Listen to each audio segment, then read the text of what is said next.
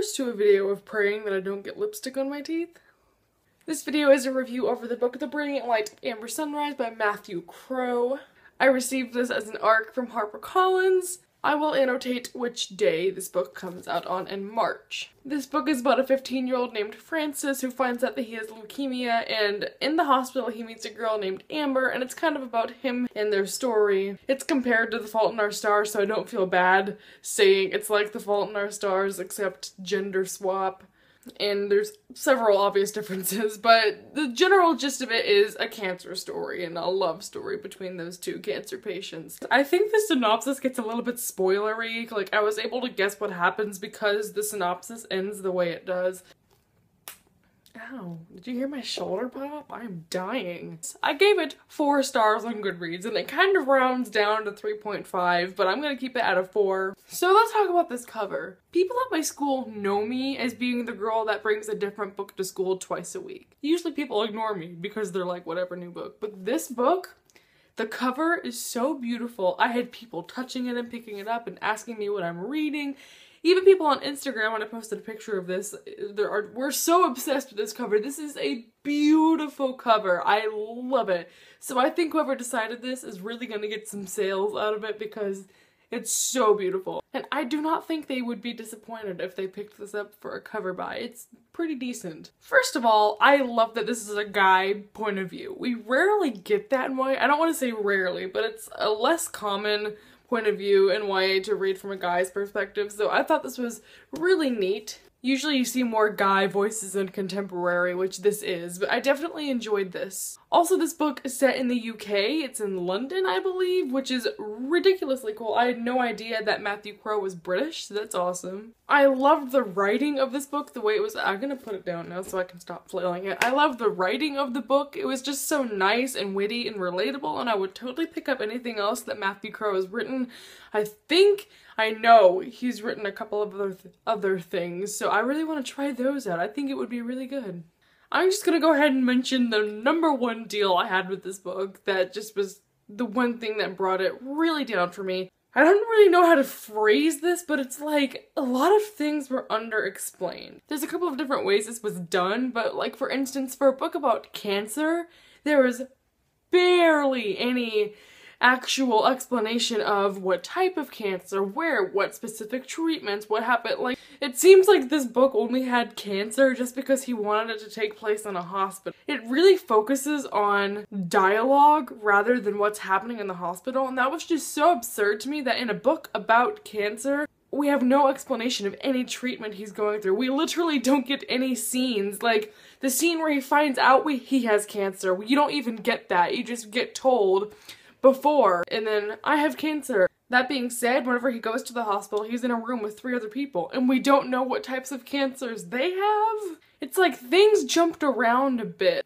It was in chronological order, but it seemed like a lot of important scenes were just skipped and then explained later. I didn't like how it was just vague scenes until there's this huge romance scene, and then vague descriptions of real things happening, and then descriptions of a huge conversation and descriptions of Amber, and there's nothing between that. I felt like this book was only half written. Like, the events at some point get just random because you'll be reading and it's like, and I have a doctor appointment tomorrow, and it's like, what? You hear about it for the first time whenever he's talking about how nervous he is, and it's like, we should have been told back when they scheduled the appointment. Like, that sounds really petty right now, but it's things like that all throughout the book where it's like, and by the way, this is happening, and by the way, this is happening, and you don't get an explanation of that thing ever occurring.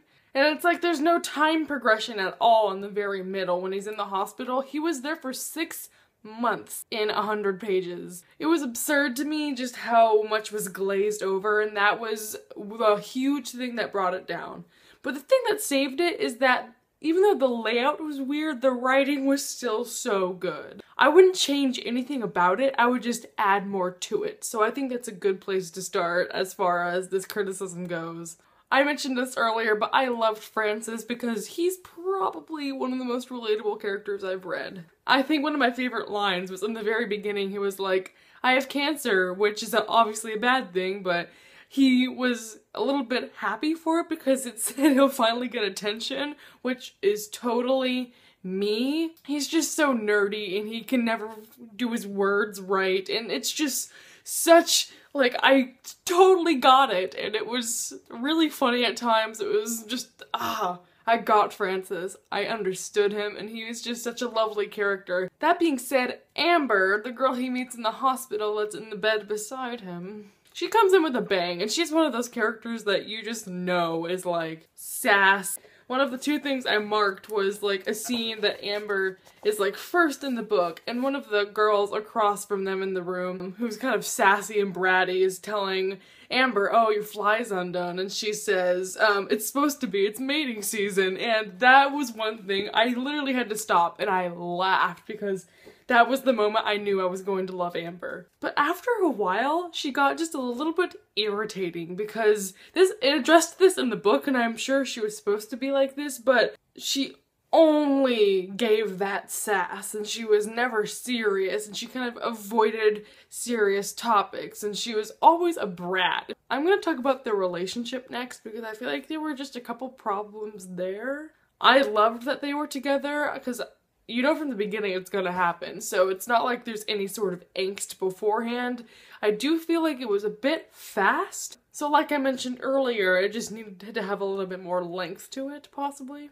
The two characters are only 15. There's something about me reading YA fiction when the characters are only 15 or 16 that when they tell each other, I love you, I would do anything for you, something in the back of my mind is like, it gnaws at me, because I know 15-year-olds, like, don't get me wrong, but personally I feel 15-year-olds don't really fall in love. That's why I had a problem with the Legend trilogy, because they were so young, and same with this one.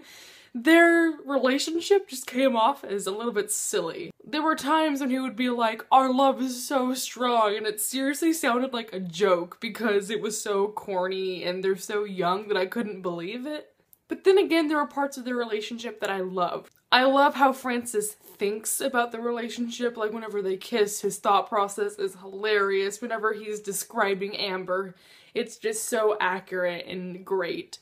And I kind of understood why they would be together. I didn't have any problems there. The reason I couldn't believe in their relationship is because it seemed like they were just together because they were bored and there was no actual love behind the relationship. However, I did kind of understand it on a different level because it just seems like Amber was Francis's rock because he's just been thrust into this disease and this new life, having to get used to everything happening, and Amber was just that one person that brought him comfort, and that I kind of grasped a little bit, so I think that really helped. Even though the relationship might seem a little bit weird, you could still kind of look through Francis's eyes and see how it sort of makes sense at the same time. And that covers just about everything. So, little overview, I thought this book was so great. I love the writing, I love Francis's voice. I just wish that we got a better explanation of some of the events that occurred. And the romance could get a little bit cheesy at times. But other than that, I thought it was a pretty good contemporary book. It's not the best cancer book I've read because I think inevitably we compare all cancer books to The Fault in Our Stars, and it's not near The Fault in Our Stars, but it was definitely touching and very, very relatable. So that's everything, everyone. Thank you for watching this review. My shoulder popped again. What is happening? I will see you in my next review. So goodbye, everyone.